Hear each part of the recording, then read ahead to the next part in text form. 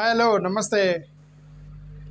ఇప్పుడు ఈరోజు DGMO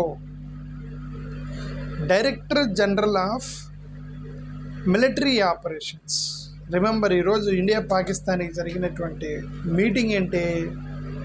DGMO meeting, director general of military operations.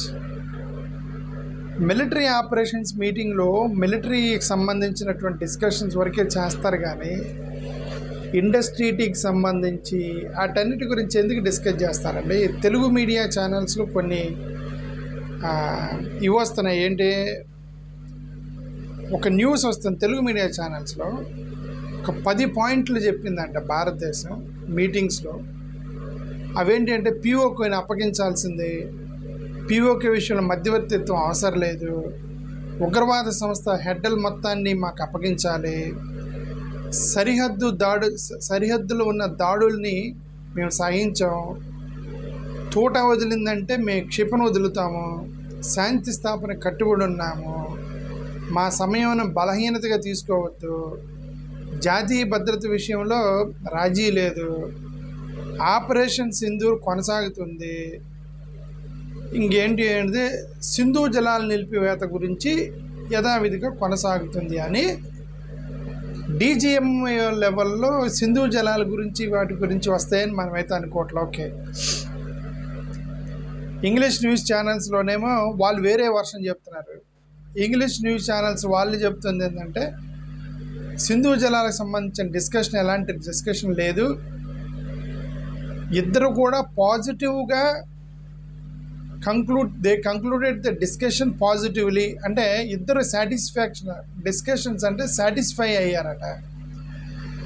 ఇక్కడ ఫండమెంటల్గా ఒక డౌట్ వచ్చి తెలుగు ఛానల్లో వచ్చినటువంటి ఆ న్యూస్ ఏదైతే పిఓకే అంటే పాక్ ఆక్యుపైడ్ కాశ్మీర్ని మీరు మాకు అప్పగించాల్సిందే, పాకిస్తాన్ ఆక్యుపైడ్ కాశ్మీర్ విషయంలో మధ్యవర్తిత్వం అవసరం లేదు, ఉగ్రవాద సంస్థలకు సంబంధించిన పెద్దల్ని మాకు అప్పగించండి, ఈ 3 డిమాండ్లు పెడితే అంటే పాజిటివ్గా కంక్లూడ్ అయిద్దా అంటే అర్థం? పాకిస్తాన్ వాళ్ళు పాకిస్తాన్ ఆక్యుపైడ్ కాశ్మీర్ మనకి ఇస్తానికి ఒప్పుకున్నారా? పాకిస్తాన్ కాశ్మీర్ విషయంలో మధ్యవర్తిత్వం అవసరం లేదు, మీకు ఇచ్చేస్తాము, మీరు తీసేసుకోండి, మాకు మధ్యవర్తి కూడా అవసరం లేదు అని అన్నారా?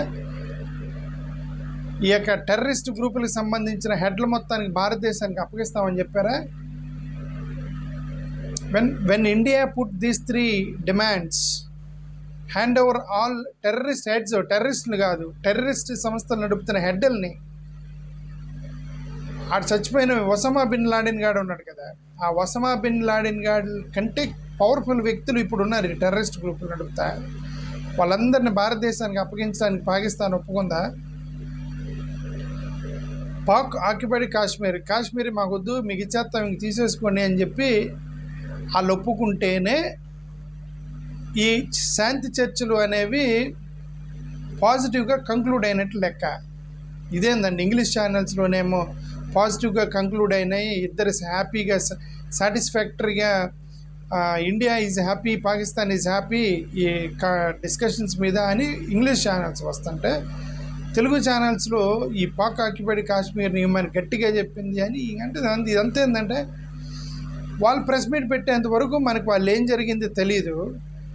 నాకు డౌట్ వచ్చి ఇంటర్నేషనల్ ఛానల్స్లోకి వెళ్ళి చూసా, ఎందుకంటే ఇప్పుడు ఈ స్కై న్యూస్ వాళ్ళు, వియాన్ వాళ్ళు ఏమైనా చెప్తారేమో అని చూస్తే వాళ్ళు ఎలాంటి సమాచారం లేదు. డిస్కషన్ అయితే జరిగింది, 1.5 గంట డిస్కషన్ జరిగింది, లోపల ఏం మాట్లాడుకున్నారనేది సమాచారం లేదు అని చెప్పి వాడు ఇంటర్నేషనల్ ఛానల్స్ చెప్తున్నారు. ఓకే, పాకిస్తాన్ వాళ్ళు ఇంటర్నేషనల్ ఛానల్స్కి లీక్ చేస్తారు కదా, మన వాళ్ళు లీక్ చేయకపోయినా అంటే ఊరికే వీళ్ళు మన తెలుగు ఛానల్స్లో, ఇంగ్లీష్ ఛానల్స్, హిందీ ఛానల్స్లో వాళ్ళు అక్కడ డిస్కస్ చేసి ఏం డిస్కస్ చేశానో అసలు బయటకు లీకే కాలేదు. వీళ్ళు ఒక్కసారి పెద్ద ట్రోలింగ్లు వేసి 10 పాయింట్లు చెప్పారు, పాకిస్తాన్ని గట్టిగా చెప్పారు.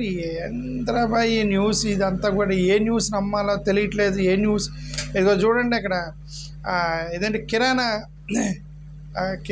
ద ప్లేస్ ఒకటి ఉండేది, కిరాణా ఎస్టాబ్లిష్మెంట్ ఆ పాకిస్తాన్లో, అక్కడ న్యూక్లియర్ వెపన్స్ ఉన్నాయి.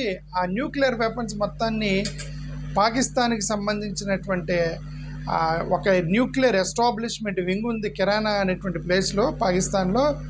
భారతదేశం క్షిపణితోటి ఆ న్యూక్లియర్ వెపన్స్ మొత్తాన్ని పేల్చేశారు. ఆ పేల్చేయడం ద్వారా ఇప్పుడు అసలు ఆ న్యూక్లియర్ బాంబులన్నీ పేలిపోయినాయి. ఇంకా అసలు వాళ్ళకి న్యూక్లియర్ వెపన్సే లేవు వాళ్ళ దగ్గర అని ట్రోలింగ్ చేస్తున్నారు. కమాన్, న్యూక్లియర్ వెపన్స్ పేలిపోతే న్యూక్లియర్ వెపన్ పేలిందంటే అర్థం ఏంటి? మన వాళ్ళు ఎలాగ తప్పుడు ప్రచారం చేస్తున్నారు, మీడియాలో చెప్తున్నారు. ఓకే, న్యూక్లియర్ వెపన్ ఒక న్యూక్లియర్ వెపన్ పేలిందంటే అర్థం ఆ చుట్టుపక్కల 5 కిలోమీటర్ల వరకు మొత్తం మనుషులు చచ్చిపోతారు భయ. అలాంటిది ఆ ఫ్యాక్టరీ మీదే బాంబులు వేసే ఫ్యాక్టరీనే పేల్ చేశారంటే పాకిస్తాన్ మొత్తం స్మాష్ అయి ఉండేది కదా ఇప్పటికి, న్యూక్లియర్ వెపన్స్ ఎస్టాబ్లిష్మెంట్ మీద దాడి చేస్తే. ఓకే, అదంతా అదే డీజీఎం, అదే మన మిలిటరీ ఆపరేషన్స్ పెట్టిన వాళ్ళని అడిగారు, ఏందండి ఇది రూమర్ వస్తుంది, మీరేదో ఆ పాకిస్తాన్కి సంబంధించిన న్యూక్లియర్ వెపన్స్ ఎస్టాబ్లిష్మెంట్ కిరానా అనే ప్లేస్ మీద దాడి చేశారంట కదంటే, ఆయన అన్న సిగ్గుపోయింది అక్కడ మొత్తానికి.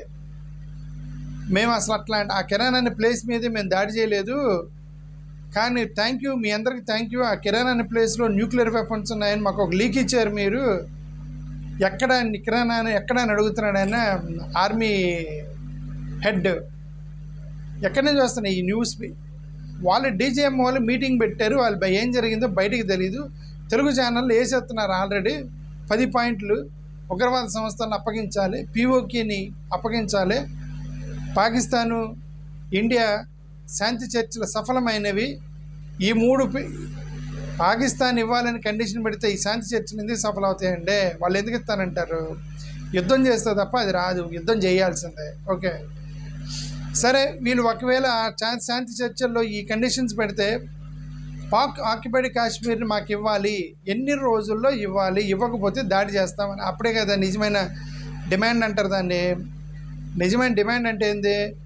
మా పాకిస్తాన్ ఆక్యుపైడ్ కాశ్మీర్ మొత్తం మాదే, మీరు ఆక్రమించుకున్నారు, మాకు ఇవ్వాల్సిందే అని 50 సంవత్సరాల నుంచి చెప్తున్నారండి. 50 సంవత్సరాల నుంచి చెప్తున్నారు, కానీ వచ్చిందా?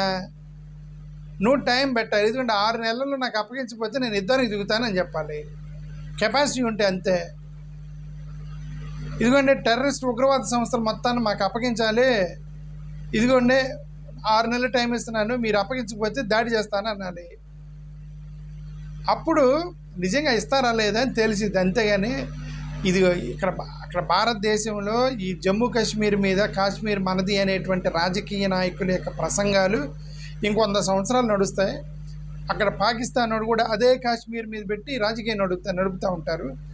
ఆ కాశ్మీర్ బోర్డర్ పేరుతోటి కొన్ని రాజకీయ పార్టీలే బతికేస్తున్నాయి. ఓకే, దానికి ఏదో ఒక సొల్యూషన్ తీసుకురండి అంటే తీసుకురారు. 50-75 సంవత్సరాల నుంచి దాని మీద కొట్లాడుతూనే ఉన్నారు దాని మీద. సరేనండి, ఏదో జరిగింది. ఓకే, థ్యాంక్ యూ, నమస్కారం.